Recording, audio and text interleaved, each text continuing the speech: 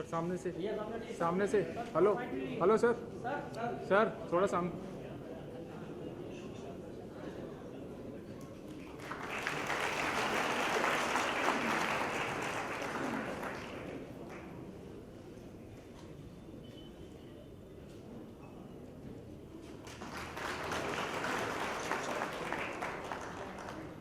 मैं महासमिति के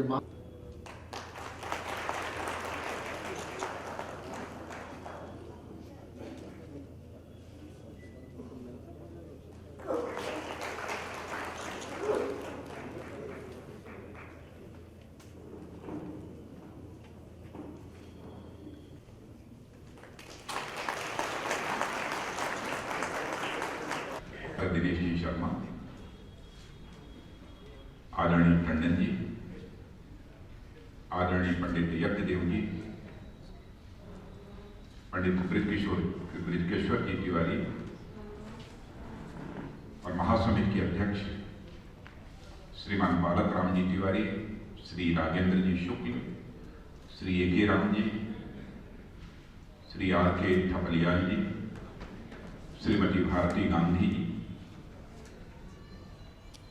श्री रामकृष्ण यादव पार्षद और श्री बीजे अवस्थी, सभागार में उपस्थित मेरे सभी सम्मानित बहनों एवं भाइयों, जिस समय 2014 लोकसभा का चुनाव चल रहा था तो इस संभवतः इसी सभागार में मैं आप लोगों से समर्थन की याचना करने के लिए आया हुआ था।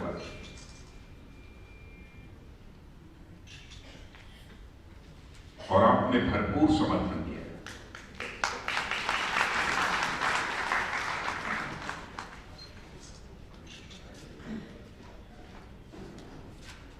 आपका जहां समर्थन प्राप्त हुआ है वैसे ही सारे देश भर में जनता का भी समर्थन हमारे दल को प्राप्त हुआ है।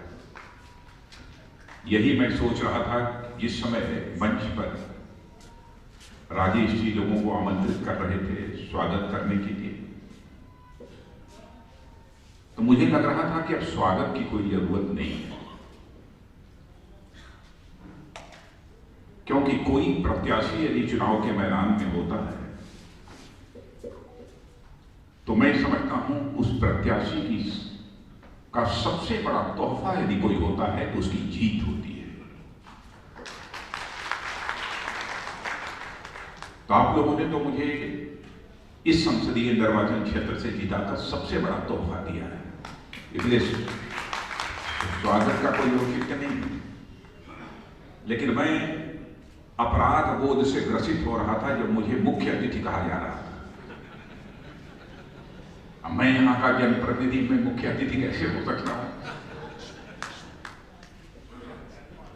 तो मैं इस नतीजे पर पहुंचा कि मुझे इंट्रोस्पेक्ट करने की जरूरत है। कहीं ना कहीं कोई गलती है हमारे पार्ट में, लेकिन इतना मैं आपको विश्वास दिलाता हूं कि यदि कोई गलती होगी भी तो जानबूझकर गलती नहीं करूंगा, बल्कि वह मजबूरी में होगा। अब दायित्व तो कुछ ऐसा है कि हर समय उलझाए रखने वाला नहीं। हर समय मंच पर बैठे हैं तब भी दिमाग चल रहा है, क्या हुआ, कैसा होगा, इसका परिणाम क्या होगा, उसका परिणाम क्या होगा। चाहते हुए भी, जितना वैसे मैं स्वभाव से ही बराबर जन सामान्य से जुड़े रहने वाला एक राजनीतिक कार्यकर्ता बचपन से ही रहा, लेकिन अत्यधिक व्यस्तता के कारण जितना मुझे समय देना चाहिए नहीं दे पाता हूं, लेकिन फिर भी समय निकालता हूं महीने में 2 दिनों के। कल ही हमारी प्रधानमंत्री जी से बात हो रही थी, तो इस समय भारत और पाकिस्तान के नेशनल सिक्योरिटी एडवाइजर्स के बीच जो बात होने वाली है उसको लेकर जब उन्होंने चर्चा की तो मैंने कहा कि बात तो जो होनी है 27 हो गई है, लेकिन अब मैंने तय किया है कि 4-5 दिन 6 दिन पहले से कि मैं अपने संसदीय निर्वाचन क्षेत्र में जाऊंगा, और यदि कोई ऐसी बात होगी तो सीधे वहां से भी बातचीत हो सकती है। समय निकालकर यहां पर आया और मैं बराबर ये मिलने जुलने की निरंतरता को बनाए रखने की अपनी तरफ से भरपूर कोशिश करूंगा। मैं किसी बात के लिए नहीं कहता हूं कि मैं यह करूंगा, कर दूंगा। यह कहने में मुझे भय लगता है, इसलिए भय लगता है। यह कर दूंगा, यह हो जाएगा, यह करूंगा, यह बोलते बोलते राजनीतिक क्षेत्र में काम करने वाले नेताओं ने इस देश की राजनीति में विश्वसनीयता का संकट पैदा किया।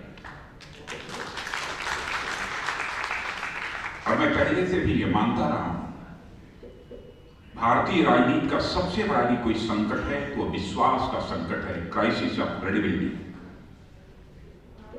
और अपने कार्यकर्ताओं को आज जिन स्थानों पर मैं बोला हूं वहां पर भी मैंने कहा कि राजनीति और राजनीतिज्ञों के प्रति लोगों की धारणा में बहुत बड़ा बदलाव आ गया है। अब उसे उस चुनौती के रूप में हमें स्वीकार करने की आवश्यकता है, पहली आवश्यकता है। इसीलिए चुनाव में भी आपने देखा होगा तो मैं सामान्यतः बचता रहा कि मैं कहीं आश्वासन किसी को न दे दूं। मैं कहता था कि मैं प्रयत्न करूंगा, कोशिश करूंगा।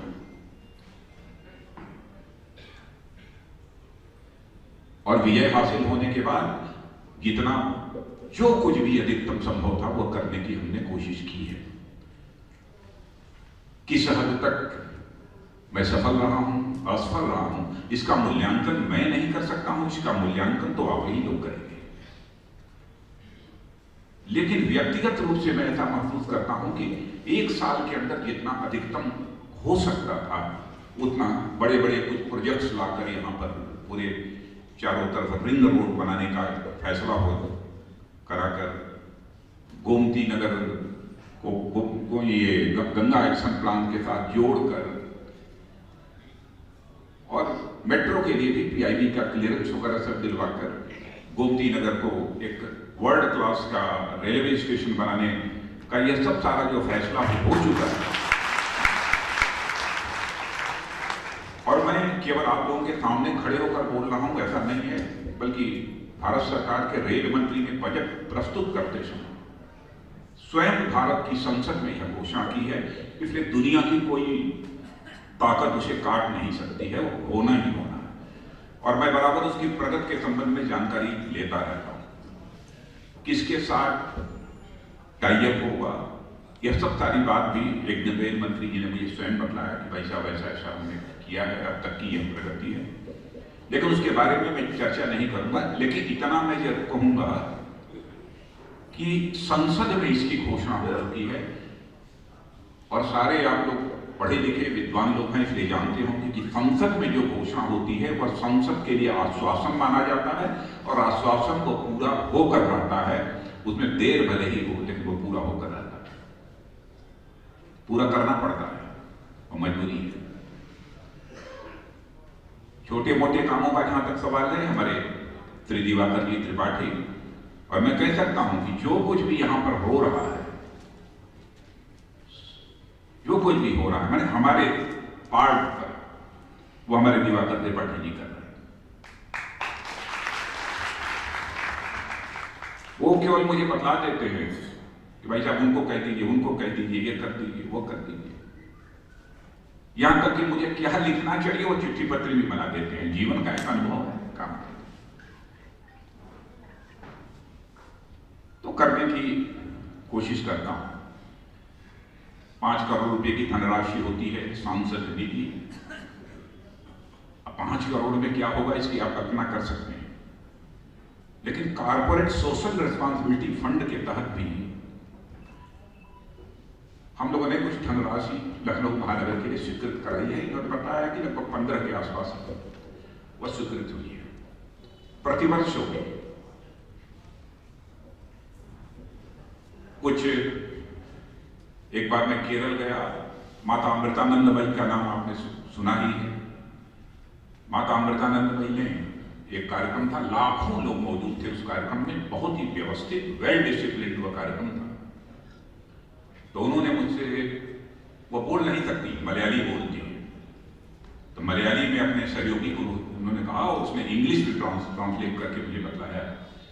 तो उन्होंने कहा कि आप अपने जहां से सांसद हैं वहां के लिए कुछ काम बतलाइए। तो मैंने एक छोटा सा काम बतलाया, जो सर्वाधिक गरीब हमारा गांव हो, उस गांव को माता जी आप अडॉप्ट कर लीजिए, जहां अत्यधिक गरीब लोग रहते हैं। तो डॉक्टर खेड़ा, मैंने आप लोगों से पूछा, आप लोगों ने बताया डॉक्टर खेड़ा, वहां बहुत हालत खराब है, लोगों घरों में टॉयलेट्स नहीं है, नाली नहीं है, कुछ नहीं है, बहुत स्थिति खराब है। आपको जानकर खुशी होगी कि माता अमृतानंदमयी ने उसे सहज रूप से स्वीकार कर लिया है और वहां काम हो रहा है। लखनऊ में काम हो रहा है। वैसे ही हिंडाल्को के भी कॉर्पोरेट सोशल रिस्पॉन्सिबिलिटी का पता था। एक गांव बगल में क्या है, अतरौली गांव। मैंने कहा शहरों में तो होता रहता है, ये जो यहाँ पर गरीब किसान कुछ ऐसे लोग होते हैं, उनकी भी चिंता करनी चाहिए। वहां भी काम हो रहा है और मुझे जानकारी दी गई है कि शायद वहां पर लाइन वगैरह खींची जा चुकी है, कई हैंडपंप्स वगैरह भी लग चुके हैं, शौचालय कुछ बने हैं, और फिर वहां पर सड़कों का सब सारा काम वेल डेवलप्ड हुआ गांव हो जाए, इसकी कोशिश हो रही है। तो विकास के नाम पर जितना संभव है वो करने की कोशिश कर रहे हैं। जहां तक हमारे आदरणीय पंडित यज्ञदेव जी ने जो बात कही है सीनियर सिटीजन्स के लिए, यही अब हुक्म है ना सीनियर सिटीजन्स। त्रिपाठी जी अब देखिए, जब मैंने सीनियर नहीं बल्कि सीनियर मोस्ट, बुजुर्गों का आदेश भी एक परमात्मा के आदेश के रूप में ही स्वीकार करना चाहिए। अब जो जमीन जब मिल जाती है कहीं तो शुरू करा दीजिए, मैं बोल दूंगा कहीं से कुछ हो जाए, हो जाए। मैं तो ये सोच रहा था कि आज कुछ इंटेलेक्चुअल्स के बीच चल रहा हूं, कुछ चर्चा होगी, विकास सब तो चलता ही रहता है। इसीलिए मैंने डॉक्टर राघवेंद्र जी शुक्ल से कहा कि जरा लोगों को ये बताइए कि राष्ट्रीय अंतर्राष्ट्रीय विषय, कुछ इकोनॉमिक रिलेटेड इश्यूज पर अथवा अन्य सारे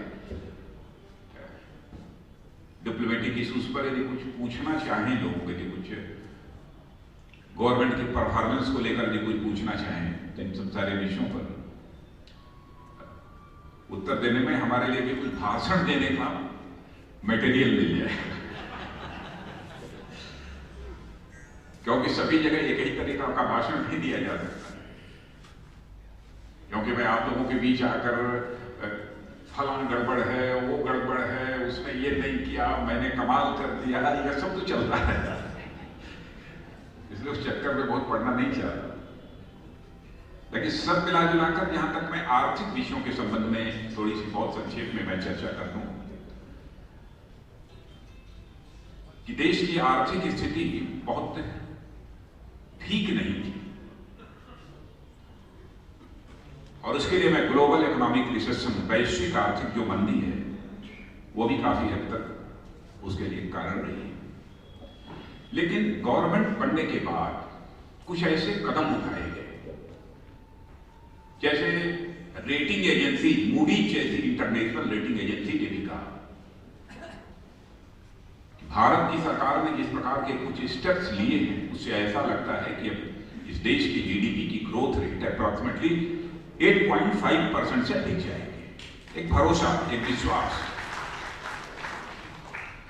उसके अंदर भी पैदा है। इसे मैं स्वीकार करता हूं कि देश की इकोनॉमी में जितना बूम आना चाहिए था उतना बूम नहीं आ पाया। कारण उसका क्या है? संसद में जो व्यवधान हुआ है, हम जीएसटी का bill, goods and services tax का बिल जो पास करना चाहते थे, नहीं पास हो पाया। मैं विश्वास के साथ कहता हूं कि जीएसटी का बिल पास होना, और जिस दिन यह पास हो जाएगा उसी के कुछ ही समय के अंदर हमारी इकोनॉमी में एक जंप दिखाई देना शुरू हो जाएगा। इस बिल की इतनी अहमियत है। पॉलिसी डिसीजंस भी कुछ बहुत सारे ऐसे हुए हैं जिससे कि कुछ ही समय के बाद लोगों को भारत की इकोनॉमी में बूम आना दिखाई देगा। हम लोगों को भरोसा है और भारत की इकोनॉमी में बूम आए हम केवल हैवी इंडस्ट्रीज पर अथवा बड़े बड़े प्रोजेक्ट्स पर ही के आधार पर ही हम नहीं कह रहे। जो हमारे देश के गांवों में रहने वाले लोग हैं उनकी पर कैपिटा इनकम कैसे बढ़ाई जा सकती है, अनएम्प्लॉयड यूथ है उसके अंदर स्किल डेवलप करके कैसे उसको एम्प्लॉयबिलिटी दी जाए ताकि उसकी भी कुछ अर्निंग हो। इन सब सारी चीजों को ध्यान में रखकर मैं कह रहा हूं कि वो भी होगा और साथ ही साथ हमारे जीडीपी की ग्रोथ रेट भी बढ़ेगी। पड़ोसी देश चीन है तो चीन तो एकदम बिल्कुल आप समझिए कि कभी कभी बहुत कुछ ऐसे डिसीजंस होते हैं पड़ोसी देशों के जिसका कि प्रभाव पड़ोस के दूसरे देशों पर पड़ता है।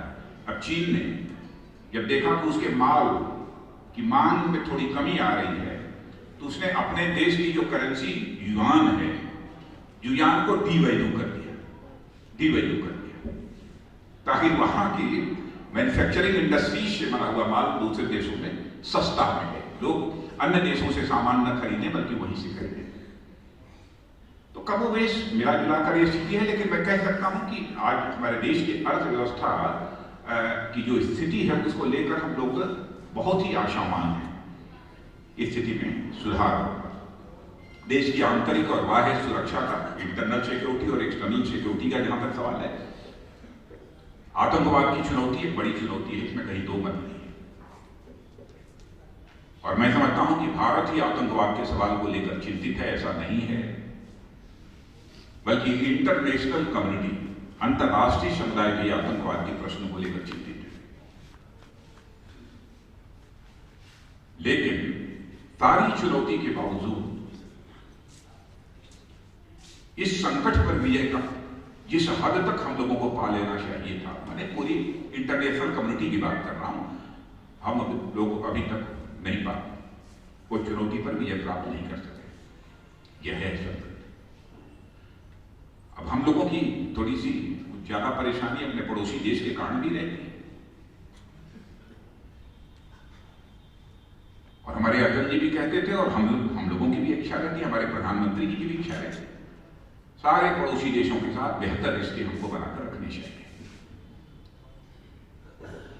और आपने देखा होगा कि शायद जब ओथ सेरेमनी हुई, जब शपथ ग्रहण समारोह हुआ, पहला प्रयास जो कि हमारे इंटेंशन को जाहिर करता है, हमारी नीयत को जाहिर करता है, कि सबसे पहली पहल जो हम लोगों ने की थी वो यही की थी कि अपने पड़ोसी देशों के सारे जो प्रीमियर्स, जो राष्ट्राध्यक्ष हैं, उनको आमंत्रित किया जाए। और सभी को आमंत्रित किया गया और सारे राष्ट्राध्यक्ष उसमें मौजूद थे, सभी लोग आए थे। यानी हमने अपना इंटेंशन जाहिर कर दिया, हम आपके साथ अच्छे रिश्ते से चाहते हैं। फिर भी जितना सीज फायर वायलेशन हमारे पड़ोसी देश पाकिस्तान के द्वारा हुआ है, वो समझिए कि बहुत ही गंभीर चिंता का विषय है हम लोगों के लिए। नवंबर वगैरह में भी कुछ ही दिन हुए थे, मुझे भी जिम्मेदारी संभाली। जब होता था तब सीज फायर वायलेशन उधर से हो जाता था। मैंने भी अपनी बॉर्डर सिक्योरिटी फोर्स को यही कहा, डीजी को मैंने कहा कि पड़ोसियों पर पहली गोली नहीं चलनी चाहिए, लेकिन यदि चलाते हैं वह नहीं मानते हैं तो फिर अपनी गोली काउंट नहीं की जानी चाहिए।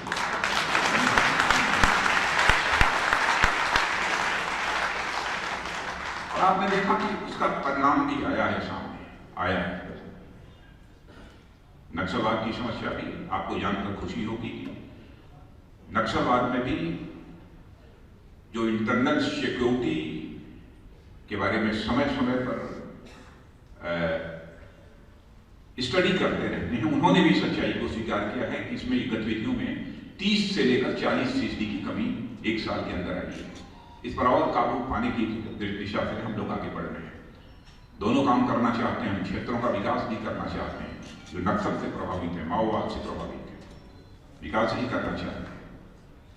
केवल दमनात्मक कार्रवाई नहीं, विकास भी होना चाहिए, दोनों चीजें साथ चलनी चाहिए। ये भी हम लोग वहां पर कोशिश कर रहे हैं।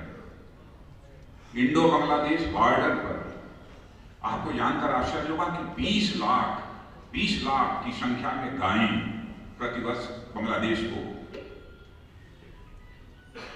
वो उसकी तस्करी होती है। 20 लाख भारत से जाती कटने की। जब मैंने जिम्मेदारी संभाली तो लोगों ने कहा कि तो मिले हम जो गोरक्षा से संबंधित लोग हैं, उन लोगों ने ये कहा कि साहब बड़ी स्थिति भयावह है एकदम, बिल्कुल अब तो कुछ होना चाहिए। तो मैंने तुरंत ही इंडो बांग्लादेश बॉर्डर का दौरा किया और अपने सारे जितने भी फोर्स के जवान थे उनको बुलाकर मैंने यही कहा, सारे अधिकारी और जवान, इसे हमें चुनौती के रूप में स्वीकार करना चाहिए। और आज मुझे आप सबको बतलाते हुए बेहद खुशी हो रही है, 6 से लेकर 7 महीने के अंदर ही जो 20 लाख गायों की तस्करी होती थी वो घटकर अब केवल 3.5 लाख रह गई है। और पूरी तरह से काबू पाए। ये हमारा आंकड़ा नहीं है, वहां के रहने वाले मीडिया के लोगों का भी है और दूसरे जो सारी एजेंसी हैं उनका है, और इस गोरक्षा से जो जुड़े हुए हैं लोग, उनका मानना है, जो समय समय पर जाते रहते हैं इन सब सारी चीजों को देखने के लिए। वैसे आतंकवाद का जहां तक सवाल है, आतंकवादी घटनाएं तो चलती रहती हैं, लेकिन मैं बधाई देना चाहता हूं अपने देश की सेना के जवानों को, अपने पैरामिलिट्री फोर्सेस के जवानों को और अपने पुलिस के जवानों को, जितने भी हमारी सुरक्षा कर्मी हैं, अपनी जिंदगी हथेली पर लेकर आतंकवाद का मुकाबला कर रहे हैं और उस पर वह विजय प्राप्त कर रहे हैं। हर मोर्चे पर अंतर्राष्ट्रीय जगत में जहां तक भारत की छवि का प्रश्न है, यह बताने की आवश्यकता नहीं है।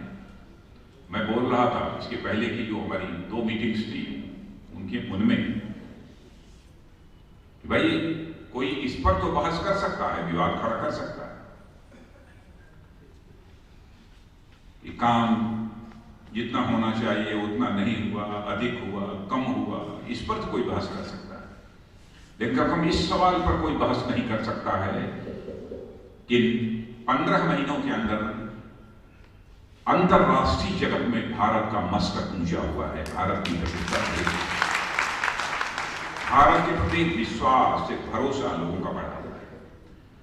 पहले तो भारत में डोमेस्टिक इन्वेस्टर्स भी इन्वेस्ट करने के तैयार नहीं होते थे, लेकिन अब मुझे बताते हुए आप सबको खुशी है, डोमेस्टिक इन्वेस्टर्स ही भारत में इन्वेस्ट नहीं करना चाहते हैं, बल्कि फॉरेन इन्वेस्टर्स भारत में अब इन्वेस्ट करने के लिए उनकी पहल प्रारंभ हो चुकी है। कई मेमोरेंडम ऑफ अंडरस्टैंडिंग भी हो चुकी है, कई हो चुकी है,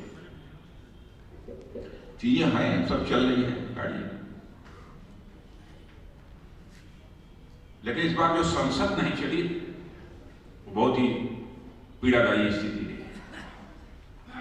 कोई भी मुद्दा हो, यह तो बात गलत है, मुद्दा गलत है तो सही है, लेकिन यदि सत्ता पक्ष उस पर बहस करने के लिए, चर्चा करने के लिए तैयार है, तो मैं समझता हूं कि सभी राजनीतिक पार्टियों की जिम्मेदारी बनती है कि उस पर वो बहस करें। कार्रवाई का सवाल तब खड़ा होता है जब बहस हो, बहस के बाद कुछ तथ्य यदि सामने आते हैं तब तो कार्रवाई की डिमांड करना इसका औचित्य है, कोई मतलब नहीं। और आजादी हासिल हुई, इतने वर्षों का समय गुजर गया और हमारे अंदर यदि ऐसी जागरूकता अभी तक हम अपने अंदर नहीं बना पाए, अपना माइंडसेट उसके अनुरूप नहीं बना पाए, तो सबसे बड़ी विडंबना है। लेकिन फिर भी सब मिला जुलाकर चीजें ठीक चल रही है। हमारे प्रधानमंत्री जी ने भी कुछ बहुत महत्वपूर्ण फैसले किए हैं, जिसकी समाचार पत्रों के माध्यम से आप सबको जानकारी होगी। जब हिंदुस्तान के हर परिवार को, चाहे वो भले ही उसके पास पैसा न हो, झोपड़ी में भी क्यों न रहता हो, उसको बैंकों के साथ जोड़ दिया, बैंकों, उसका बैंक में अब अकाउंट होगा।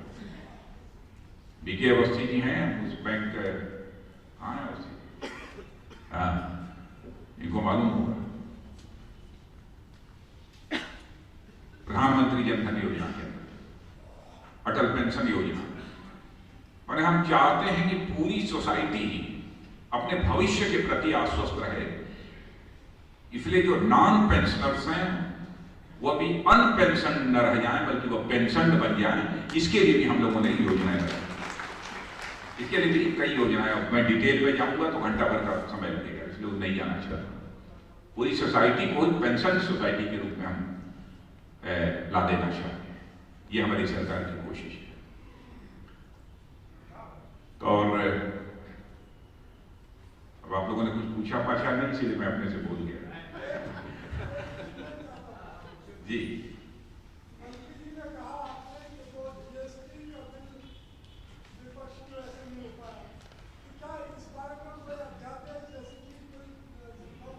नहीं, अध्यादेश यदि होगा तो लिमिटेड पीरियड के लिए होगा ना, हमको 2 महीने के अंदर तो लाना ही पड़ेगा। जी नहीं है वो है अंडर कंसिडरेशन है वो। हम लोग अब नहीं है इस प्रकार से हो पा रहा है तो फिर वो सोच लिया है हम लोगों ने क्या करेंगे, सोच रखा है, करना ही है। नहीं करेंगे तो देश की अर्थव्यवस्था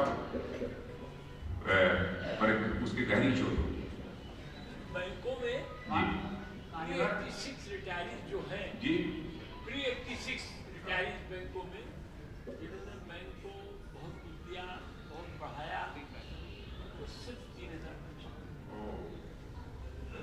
और कई ऐसे अधिकारी जाते हैं वो हमसे कहते हैं क्या 3,000 एजीएम जो चेयरमैन 3,000 उसमें सैलरी भी बहुत कम होती है। बहुत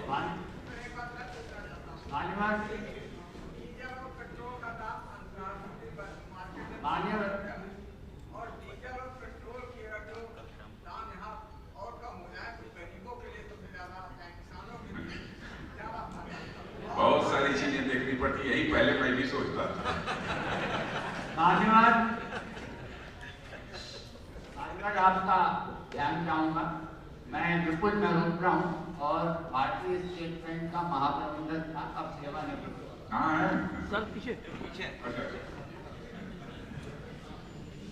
मैं आप बैंकों की बात कर रहे थे, आप और बात कर रहे थे कि जहाँ हमारे सैनिक सीमा पर लड़ रहे हैं तो आर्थिक क्षेत्र बैंकों ने भी लड़के बहुत कुछ किया।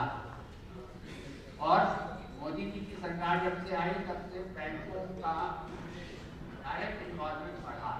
मैं एक चीज आपके ध्यान में लाना चाहूँगा, आपने वरिष्ठ ये हमारे ध्यान में ये विषय कभी आया नहीं था, अच्छा किया आपने लाया।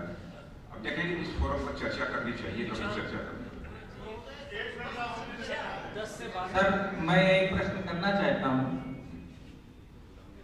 जैसा कि अभी आपने वैसे भोपाल में जो विश्व हिंदी दिवस का सम्मेलन हो रहा है, जैसा अशोक पांडे जी ने बताया, तो 12 तारीख को उसके समापन के लिए मैं स्वयं जा रहा हूँ। 11 को प्रधानमंत्री जी हैं। और दूसरी चीज भाषा का प्रश्न खड़ा हुआ है, इसलिए मैं बता दूं आपको। विडंबना यह है कि जो सभी भाषाओं की, भारत की नहीं बल्कि सारे विश्व की भाषाओं की लोग स्वीकार करते हैं, जननी यदि कोई है तो संस्कृत भाषा, संस्कृत भाषा। और आपको जानकर यह खुशी होगी कि अब विदेशी भाषाविद भी सच्चाई को स्वीकार कर रहे हैं कि विश्व की सर्वाधिक वैज्ञानिक भाषा यदि कोई है तो वह संस्कृत है, विश्व की सर्वाधिक।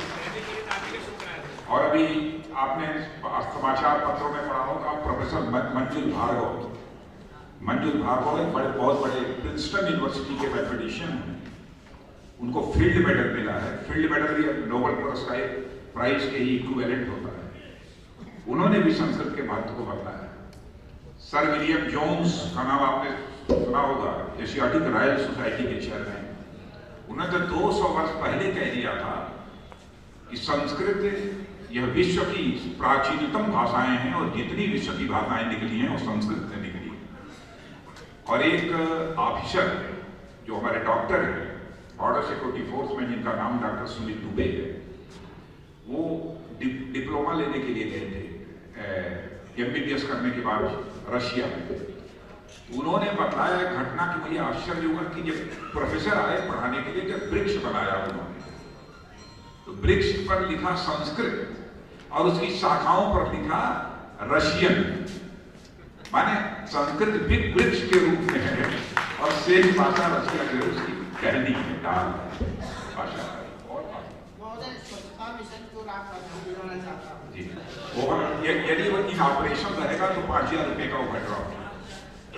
माननीय हिंदी के विषय में अब मैं समाप्त करता हूँ क्योंकि मुझे भी खड़े हो गए लगभग 1 घंटे हो गए।